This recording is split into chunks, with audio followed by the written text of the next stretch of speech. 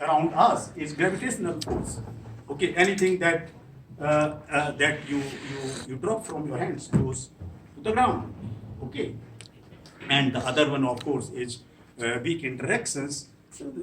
Famous neutron beta decay. Okay, neutron goes to a proton, electron, and antineutrino. Right?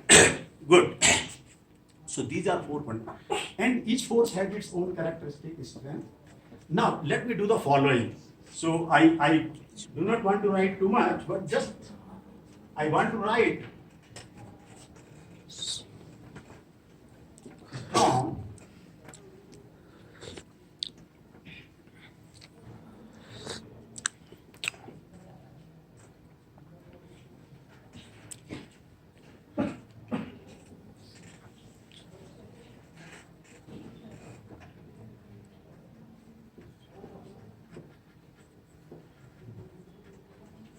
now that solves my mathematics. I have just written down four numbers. What I do, all these four fundamental forces of nature, they have some strengths. Let me divide each one of them by the strength of the strong force, so that I normalize them. Okay, for measuring cloth, you need some yardstick, 1 meter, 2 meter, right? So fine. So I divide the strength of all of them by the strength of the strong force. So this strong I have now normalized ones. Strong force could now be taken as 1. Okay. Electromagnetic interaction is 10 to the power minus 2 to 10 to the power minus 3, given with the fine structure constant, you know. Okay. And weak interaction is 10 to the power minus 13. And gravitational interaction is 10 to the power minus 39. Fine? Very good. Now, let us consider two protons, okay, sitting at a distance r. I can calculate the electromagnetic force of interaction between them, given by the standard Coulomb law, electrostatic, Q1 Q2 by r square. I can also calculate the gravitational force between them. I also know Newton's law of gravity. Very fine. M1 M2 by r square. I can take a ratio of the two. So gravitational force strength divided, or the total gravitational force between them divided by the strength of the electromagnetic or electrostatic force. This will be 10 to the power minus 36. You can make a simple calculation, first year student can do. This would be 10 to the power minus 36. Now, I propose a thought experiment. Okay, theorists are not so Neeraj.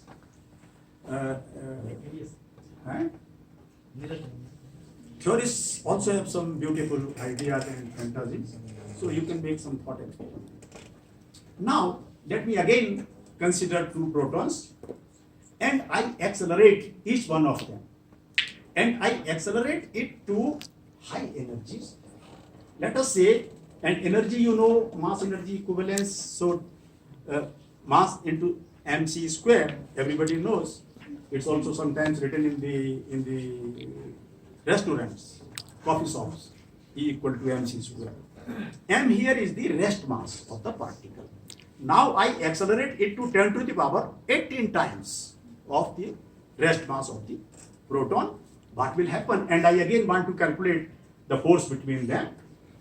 So 10 to the power 18 times 10 to the power 18 times rest of the factors m1, m2 by etc. etc. Now the ratio of the two forces, if you again calculate, this will be just 1. Identically 1.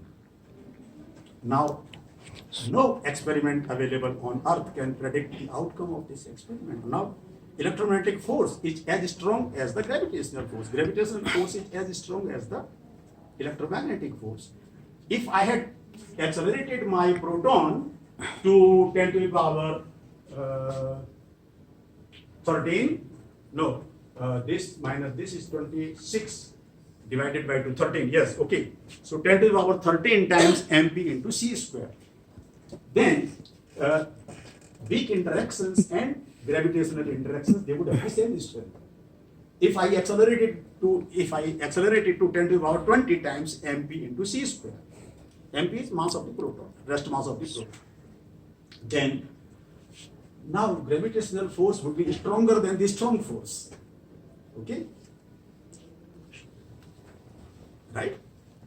10 to the power 20 times 10 to the power 20, 10 to the power 40, and the otherwise it was only 10 to the power minus 36.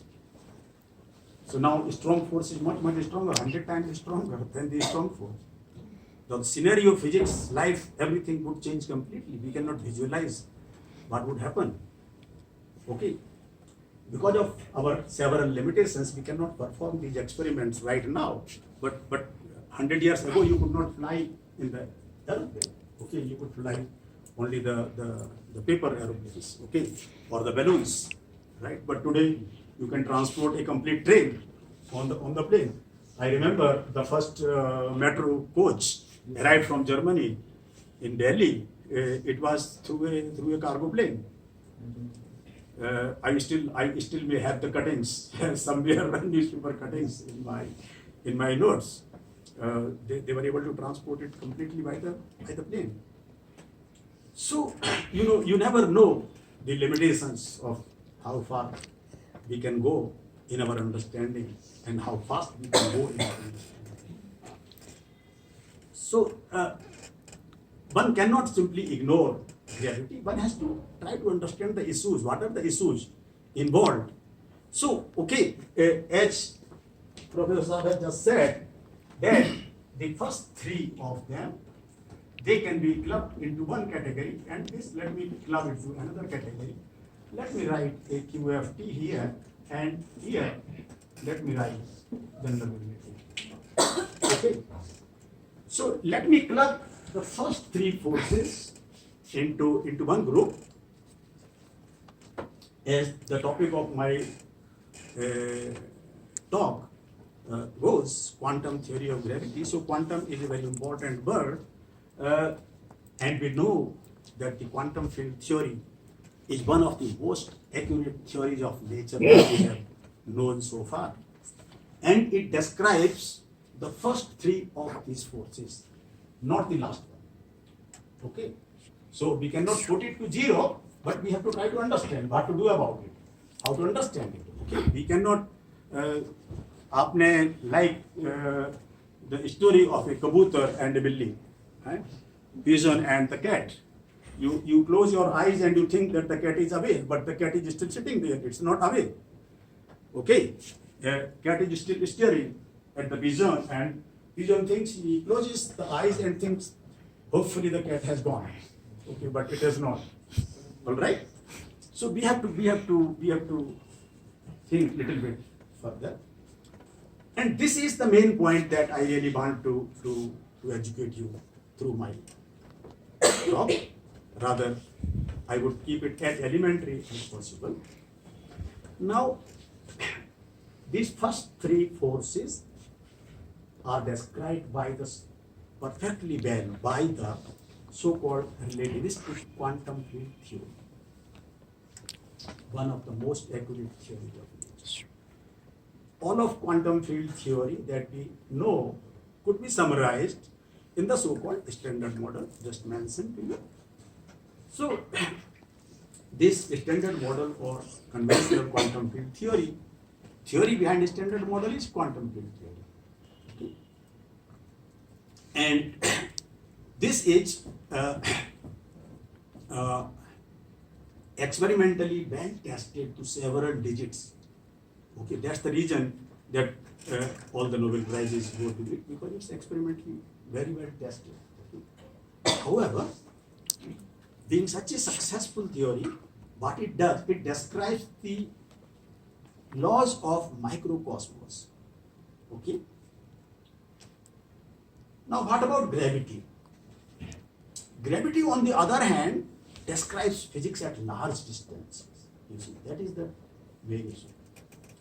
Physics of solar system, neutron stars, boson stars, black holes, wormholes, universe, what and what not. I mean, we know several of these things, gravitational waves. I mean, many of these things. Okay, and the most recent one, as the newspaper headline said, the master of the universe, Mr. Peebles gets the Nobel Prize. Okay, so I mean, how would you know about exoplanets?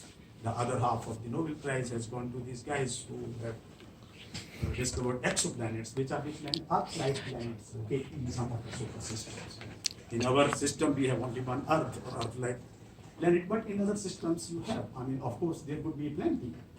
So we may not be alone in the universe. There may be several Earths.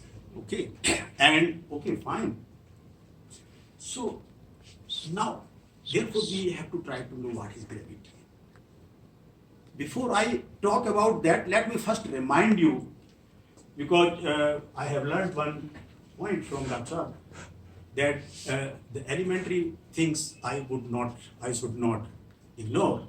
So let me talk about Newtonian gravity and Einstein gravity in the first place, before I go to Einstein gravity. Supposing I have two objects of masses m1, m2 at some distance r. I calculate the gravitational force between them. I can do it. Let me, for simplicity, call this force as F1. Let me call this distance as R1. Now, I change this distance between these two objects from R1 to R2. The force F1 would also change to F2. Okay? F1 would change to F2 because R1 has changed to R2. Now, the main point is, how long would it take